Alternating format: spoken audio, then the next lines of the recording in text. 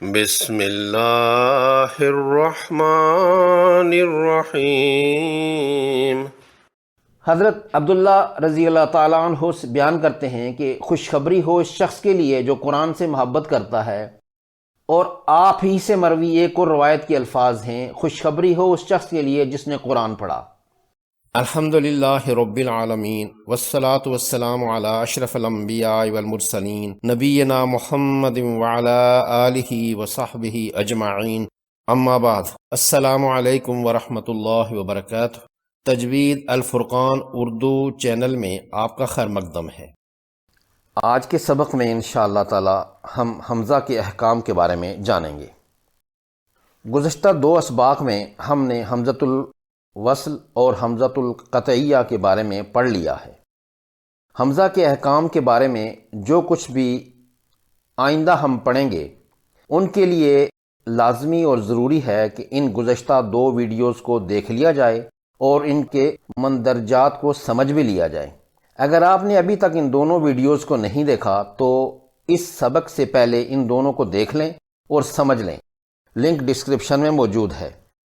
سرسری یاد دہانی کے لیے اتنا بتانا کافی ہوگا کہ حمزۃ الوصل ایسی حمزہ ہوتی ہے جو وقف کی حالت میں پڑھی جاتی ہے اور ملا کر پڑھنے پر حذف ہو جاتی ہے، گر جاتی ہے، نہیں پڑھی جاتی، ایک الف کی طرح لکھی ہوتی ہے اور اکثر اس پر کوئی حرکت نہیں ہوتی۔ یہ پاک و ہند رسم الخط والے قرآنی نسخوں کی بات ہو رہی ہے۔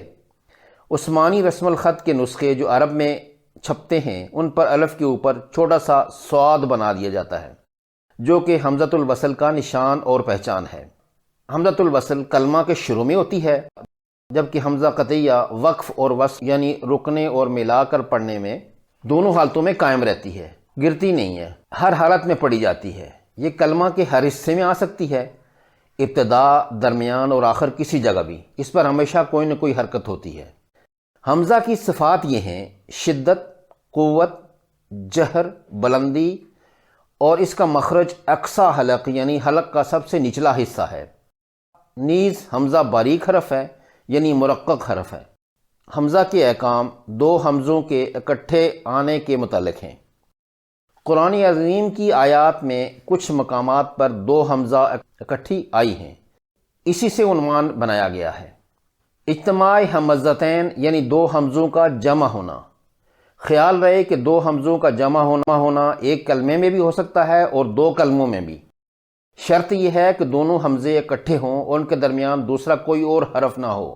مثلا حمزہ زبر اور حمزہ زبر دونوں اکٹھے ہیں۔ ایک کلمہ کی مثال اعنتا، جبکہ دو متصل کلموں کی مثال جاء امرنا ہے۔ کسی ایک کلمہ میں یا متصل دو کلموں میں دو حمزہ کے جمع ہونے کی 5 صورتیں ہیں۔ پہلی صورت یہ ہے کہ دو حمزہ اکٹھے ہوں، دونوں متحرک ہوں یعنی ان پر کوئی حرکت ہو، ساکن نہ ہوں، اور دونوں حمزہ قطعیہ ہوں۔ حمزہ قطعیہ کے متعلق ویڈیو نمبر 31 میں مفصل بات ہو چکی ہے، اور اس سبق میں بھی سرسری طور پر دہرایا گیا ہے کہ حمزہ قطعیہ کی پہچان یہ ہے کہ اس پر کوئی حرکت ضرور ہوتی ہے، کلمہ کے کسی حصے میں بھی آ سکتی ہے۔ اگر ایسی دو حمزہ ساتھ ساتھ اکٹھی آئیں تو یہ جمع حمزتین کی پہلی صورت ہوگی۔ دوسری صورت دو حمزوں کی جمع کی یہ ہے کہ دونوں حمزہ متحرک یعنی غیر ساکن ہوں، پہلا قطعی حمزہ ہو یعنی پہلا حمزہ قطعیہ ہو اور استفہامیہ ہو، اور دوسرا حمزہ وصلی مفتوح ہو، جیسے اللہ۔ حمزہ استفہام سوال کرنے کو کہتے ہیں، یعنی یہ ایک ایسی حمزہ ہے کہ جس سے کیا کا مفہوم مقصود ہو۔ از دیر، جیسے الہ مع اللہ، کیا اللہ کے سوا کوئی اور الہ ہے؟ یہاں سوال کیا گیا ہے، تو یہاں یہ پہلی حمزہ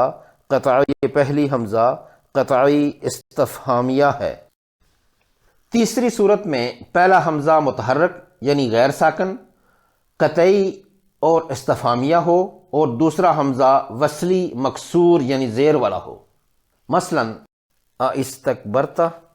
چوتھی صورت دو حمزوں کے جمع ہونے کی یہ ہے کہ پہلا حمزہ قطعی ہو اور متحرک ہو یعنی ساکن نہ ہو، اور دوسرا حمزہ ساکن ہو، جیسے آمنا حمزہ پر زبر ہے اور آگے دوسری حمزہ مجزوم ہے الف کی طرح کی. عین کے سر والا حمزہ مفتوح یعنی زبر والا اور قطعی ہے، اور دوسرا حمزہ ساکن ہے الف کی صورت والا.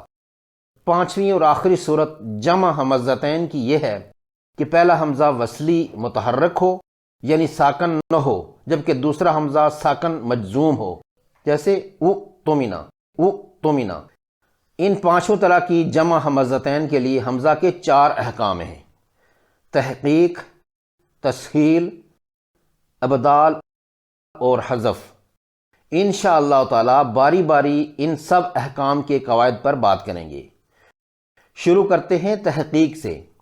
تحقیق کا لغوی معنی کسی معاملے کو خوب واضح کرنا، ascertain میک شور یقینی بنانا، تعین کرنا، معلوم کرنا.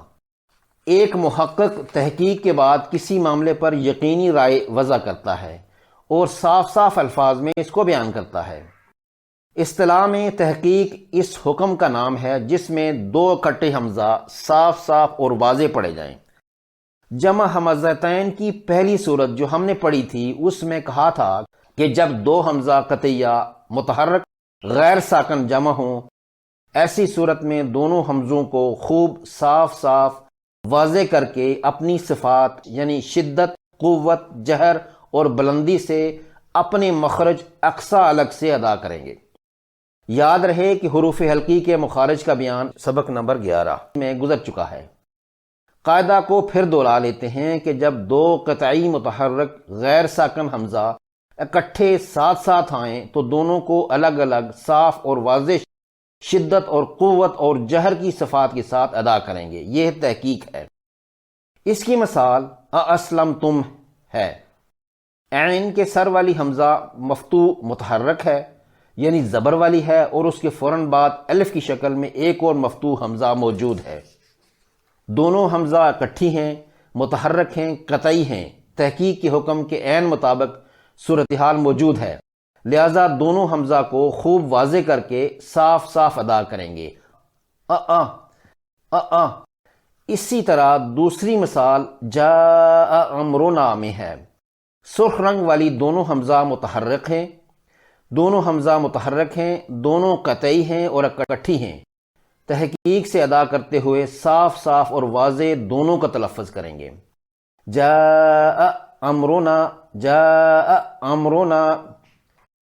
تحقیق کی مثالیں اقررتم.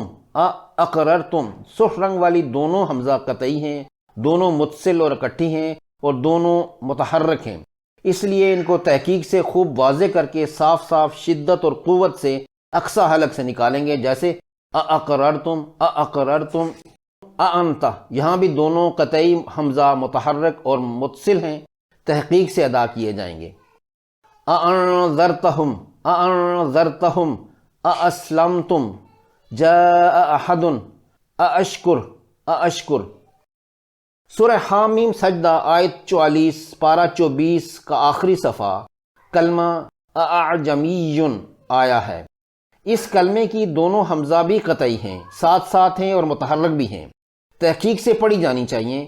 اس کلمے کی دوسری حمزہ کو تحقیق کے حکم سے مستثنا کیا گیا ہے امام حفظ کی روایت کے مطابق. اس کی وجہ انشاءاللہ تعالی تسہیل کے حکم کے ذیل میں بیان کی جائے گی. اس سبق کے لیے اتنا ہی کافی ہے، باقی انشاءاللہ تعالی آئندہ کے سبق تسہیل میں بتایا جائے گا. ملتے ہیں انشاءاللہ اگلے سبق کے لیے. اللہ حافظ.